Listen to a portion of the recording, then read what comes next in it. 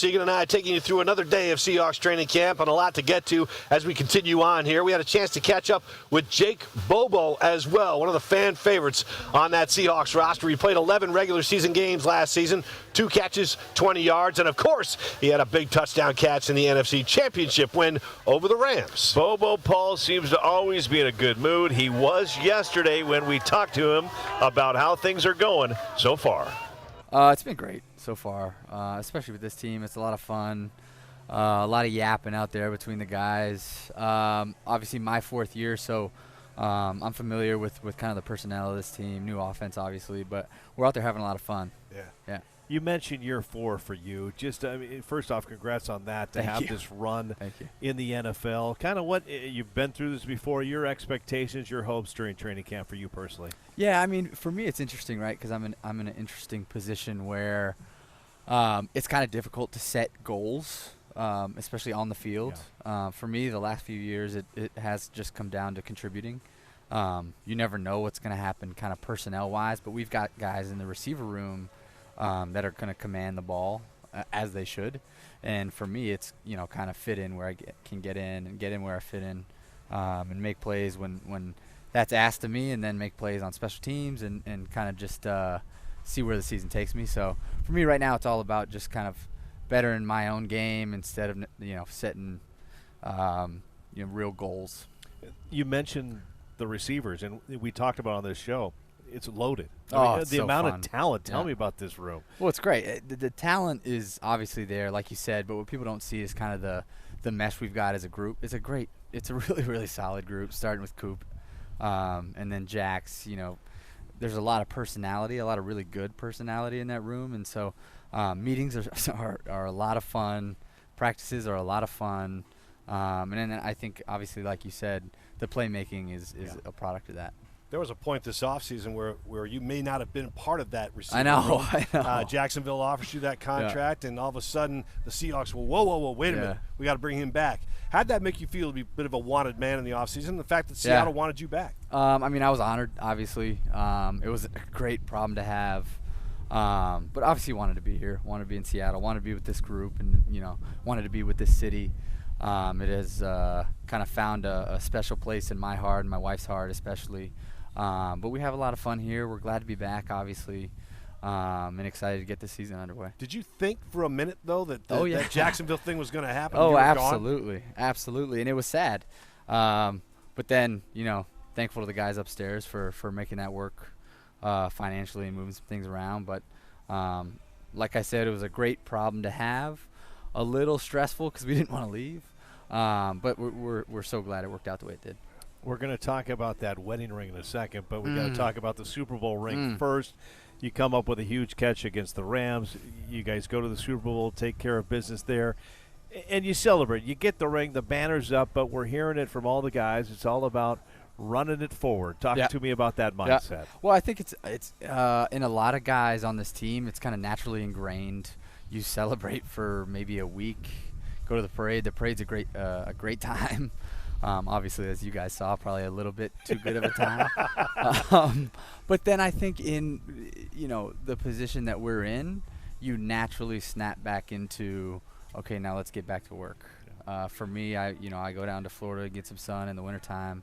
And you get down there and you think you're going to feel a little differently, maybe rolling into the off season, but you kind of snap back to the point where it's go time again. And, we're not even really thinking about last year. You can't ignore the fact that we're reigning champs or whatever. But honestly, it's been surprisingly easy to kind of just look forward and, like you said, run it forward. Still feels good to wear the Seahawks logo around, though, right? Oh, my gosh. You kidding me? Well, I can't really wear it around outside of this building. Well, I do. I try to act like I'm a player. But, yes, no, it's definitely cool, for sure. Yeah. Hey, take us through, you say getting back to work. When we got here early today, and the guys are banging the weights here, and it was the offensive linemen. It seemed like their turn. But can you take us through a little bit of what you expect as a player when you come out here? What time do you have to get to work? What time can you take us through a little bit of your day? Well, this time of year and this month and the end of July and August is I call it the vortex. You're here for 14 hours a day. Now the other side of that coin is you get whatever hopefully late February to April-ish off. But these next couple weeks are a grind, and you get here in the morning and you're going through treatment, trying to get your body ready to go at whatever 6:30. You're going through the script for the day, going through the install, trying to figure out what we're going to do out here on the practice field, and then you kind of roll right into meetings after that. Today, you mentioned the big boys were in here banging around on the weights. Us, the skinny guys, don't necessarily do a lot of banging on the weights, but we do lift sometimes. What is it with you guys, yoga and stretching? Yeah, we're really just sitting there getting the body moving, you know what I mean? No, but they're long days, but you got to go through it, and that you're calcing your body, you're calcing your mind, and then you're growing as a team. And I think this is the time of year where that's kind of the most important part. We want to execute, but we also want to get to know each other, and being here for whatever it is, 13, 14 hours a day, that'll do that for you. You mentioned that word execute. How important is it to have a quarterback year two? Yeah.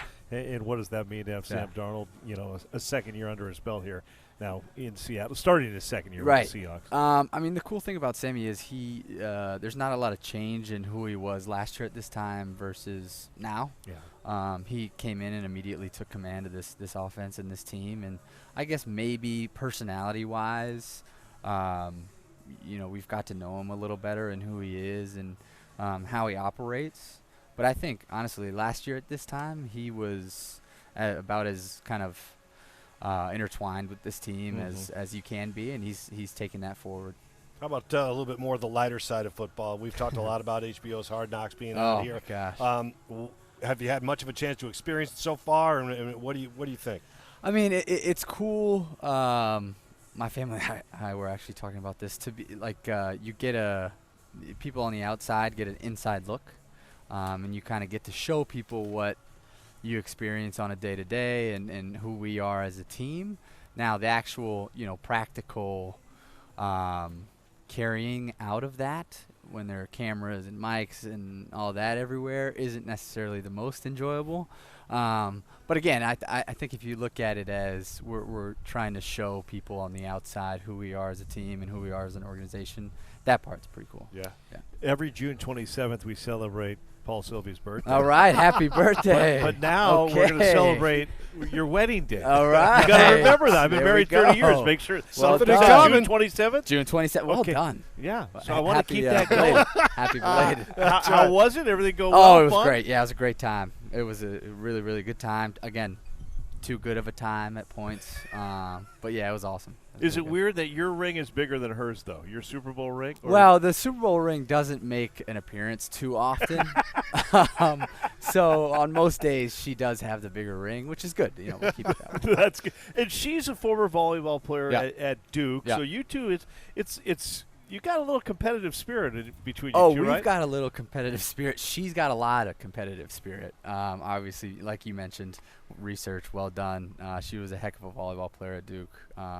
And so she expects to win. We were talking about pickleball a little bit earlier. Paul, I love this. He's also a pickleball player. Yeah. I knew we were going to get to that, unfortunately. So we can't play each other because then the ride home is dead silent, like we mentioned. But, yeah, she's awesome. She's been huge in my development as a football player, and she's had to make some sacrifices. I've had to make some sacrifices, but I'm definitely not here without her kind of by my side every step of the way. Well, in all seriousness, I was going to say it probably helps because there's definitely highs, and we've talked about the highs, but there's lows as a professional athlete, and to come home to have somebody that's been through it, it's got to be huge. And she gets it, and that's the best part. I think a lot of guys, a lot of guys do find partners in life that do get it, and I think that's key to be able to go home and have that be a separate setting than being in this building. I think a lot of guys, single guys, take what we've got going here and bring that home. I think, Mackenzie and I do a great job of kind of separating the two, so when I'm home, I can decompress a little bit. Not necessarily this time of year, but in the season, it's big time. Yeah, your head coach makes sure that you guys strike a work-life balance, doesn't he? Yeah. He's very good about it, and very funny about how he describes that. But yeah, Mike does a really good job. You can't give us any example of that, huh? No, stays in the walls. Yeah, that'll stay in the team meeting room. I do have to ask, your dad I believe, played at Dartmouth. He did. Your grandpa, quarterback. You guys are good, man. Your grandpa at SMU. Yeah. What does it mean to just carry on? I mean, you're playing in the NFL to carry on that family tradition. Yeah, to be able to have Bobo and 19 on the back of an NFL jersey, I take a lot of pride in that, and being able to kind of, like you said, carry on the legacy of ball players in the past. But I think at the end of the day, it just comes down to kind of making your family and your friends and where you come from, and making those people proud, while also representing the name on the front of the jersey as well.